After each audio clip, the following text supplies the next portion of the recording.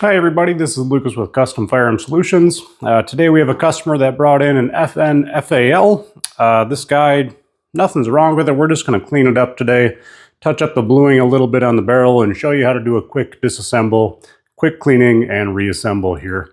So this will be a really quick video. Nothing too much to this gun. It's actually a very simple gun to take apart and maintain. But let's dive into it and we'll show you what you need to do. All right, so these guns are very, very easy to take apart and clean. For the most part, all we're going to do is take out the bolt carrier assembly. We're going to take out the piston and clean that out, and just give her a quick wipe down on the inside and re-lubricate. It's pretty much all this thing really needs. To start off, taking your magazine out, you have two little buttons on the bottom side here of your receiver. One is going to be your bolt hold open lever. The other one is your magazine release. Take your magazine out. Then you'll notice there's a big round flathead screw here. Right in the middle of your receiver. This is your front takedown pin, if you will. And then on the back, you have this funny looking lever here. That's your rear hinge release. So for a simple quick cleaning, you simply push up on this lever here and you'll pivot on that front pivot, that front takedown pin there. Once you open it up from the back side, the little lever here sticks out. Just grab that and pull, and your bolt assembly will come out, and we'll set that aside for right now and come back to that later.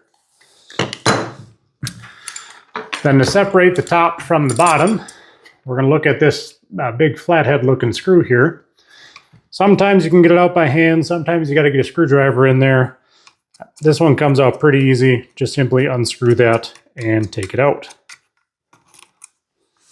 Now once that screw is removed, that insert will fall out of there. So on the bottom side, just wiggle it and that insert falls out. From there, you can separate the top and bottom halves. Now for the sake of cleaning here, I'm just going to take off the sling just so I can easily move things around here. So now the lower receiver here really doesn't get too dirty. You might get a little bit of dirt and grime in here. You can brush out things like that, but for the most part, just a quick spray out and you should be good and clean. Just a quick note, do not pull your trigger right now. This hammer will fly forward and this spring and plunger in here is going to shoot out and you're going to lose it, or it's going to get in your eye or something like that. If for any reason you did actually do that, that spring goes in a little recessed pocket there. It's very simple to get back in with a pair of pliers or a screwdriver to hold that spring back and put everything back in place. But for majority of purposes of cleaning, you're going to leave that just as it is. Do not pull your trigger and just brush it out and spray it out and maybe a little bit of blast of air to clean it out. Now for your upper here, you're going to get a little dirt and grime inside here.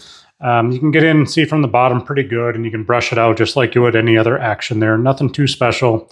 Brush it out, light solvent, clean it out, and you're good to go. And I'm sorry I had to insert this. I forgot to mention, when you have your upper disassembled here, when you go to clean this, you can get in from the bottom and you can clean everything out. But I forgot to mention that your top cover also slides back.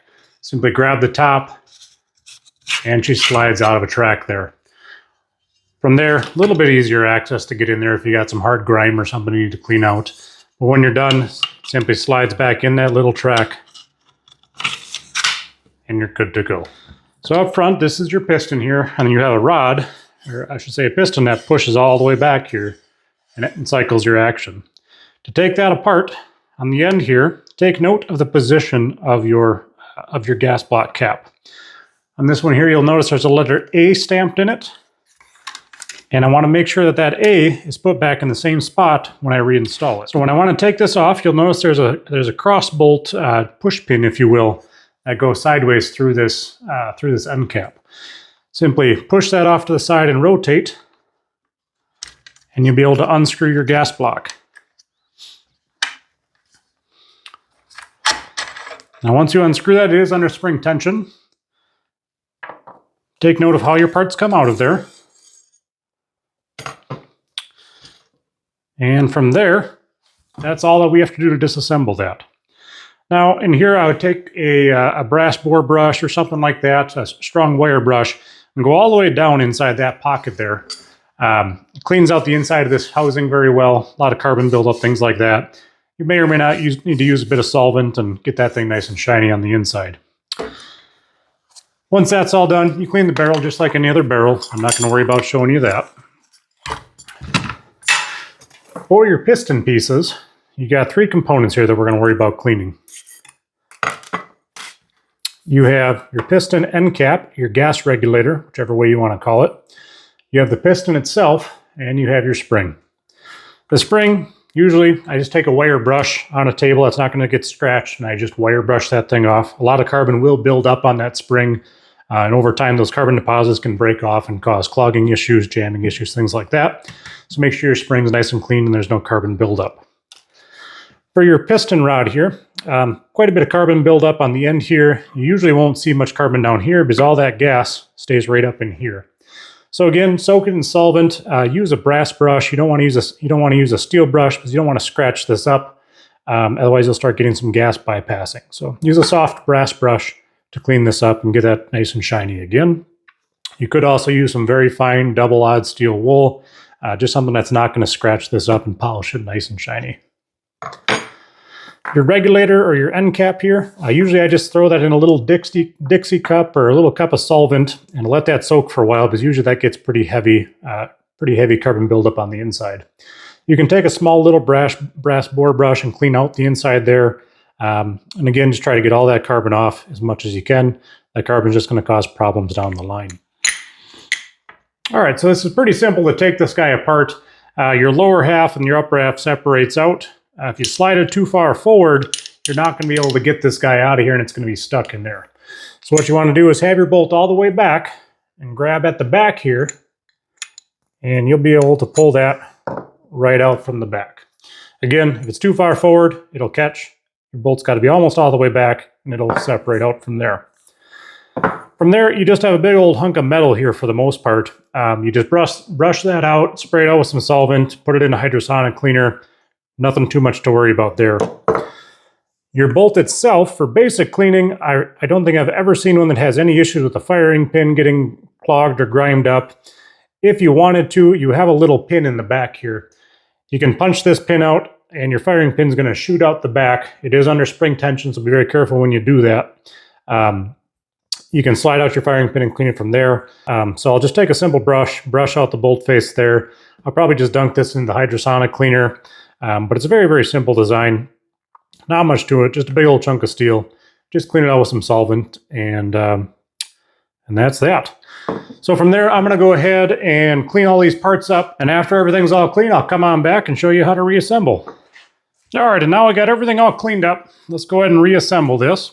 I'm going to start with the easiest thing first and work on the gas system here. Rod is all nice and cleaned up, nice and shiny. I wiped it down with an oily rag. Doesn't need to be dripping wet, but just wipe her down. Same goes for your spring, just a light little oil on it. Spring should slide nice and freely over top. And then we're going to grab our upper here. And I wire brushed out the inside. Had to use a little bit of solvent, not too crazy. Just put a little bit of oil in there and it was good to go. Slide that from the front all the way back. And then we're going to take our gas block or end cap here. And we're going to use that to push that piston back. And then we're going to rotate that until it drops in. Once it drops in, you're going to rotate it and make sure that your letter lines up with where it was when you took it back apart. In this case, I have my letter A is on the left-hand side of this front sight post. Make sure that's good and locked in place. It does swivel a little bit, but it won't come out of that detent there. From there, your gas piston's all put together, and we are done with that. Moving on to the bolt carrier assembly, very simple to reinstall. Take that upper half and put upside down.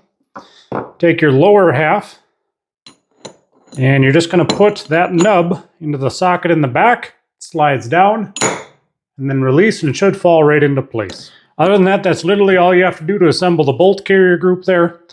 We're going to go ahead and slide that back into the upper now, which to do that, very simple, very easy. Make sure your top cover here is fully seated back. Make sure that the front of the top cover does go into the receiver there. Then to insert our bolt carrier group in the back, we need to have our bolt slid forward. If that bolt is back like this bottom little lip here is going to catch and prevent us from getting it in. So when I put this in here, I have my upper upside down. I insert the bolt from the back, and you notice that that nub is catching and preventing me from getting it in. So if you pull it back and you push your bolt forward, now it'll slide into the receiver. From there, we're going to push that all the way forward, and this nub sticks out just a little bit here out the back side. Next, we'll combine the upper and lower receivers together. For that, we're going to need our little funny looking flathead screwdriver bolt and that recessed pin pocket here. We'll line up our two halves so that you can see all the way through that hole there. From the bottom side, which is actually this side, on the right side, you're going to slide that pin in until it clicks. Then I'm going to flip it over, and I'm going to put that little screw in there, and I'm going to screw it tight. Now, if yours came out nice and easy like this one did, I would recommend tightening it down just a little bit.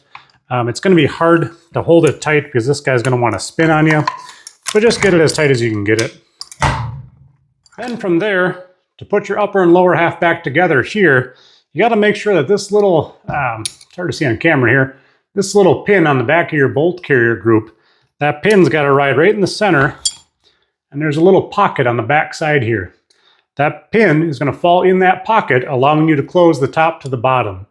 If for whatever reason it's hard to close or something's sticking, it's probably this guy's not lined up in that little pocket right in the bottom here. So once it's all lined up, it should just snap together. Verify that your lever here snapped downward and it's touching your grip there at the bottom of the receiver. And from there, I like to cycle the action. Works as it should. It goes back into battery. And that's really all you got to do to reassemble there. All right, and that is the disassembly, reassembly, quick cleaning on the FN FAL. Again, very simple gun, not much to it. As with any other gun, of course, I gave it a quick wipe down, touched up the bluing here and there, but other than that, not too much for maintenance. I'd probably say take a look at this thing once a year, make sure yours is good and clean, or if you have a heavy range day, of course, wipe her down afterwards. But for the most part, it's a pretty bulletproof system. This thing can take a lot of beating. This thing can take quite a beating, and it can take a lot of gum and varnish and carbon buildup, and it'll still work just fine. Great design, older design, heavy gun, but awesome one to shoot if you have one. But otherwise, if you got any other cool guns or you got something weird you need help with, you can always leave a comment. I check every one of them. You can look up Custom Firearm Solutions in Crandon, Wisconsin, and you can always give me a call. I'm more than happy to help everybody out. If you like, you can also ship me your guns directly. I can make repairs and do things from there and ship it right back to you. But other than that, we'll see you on the next video.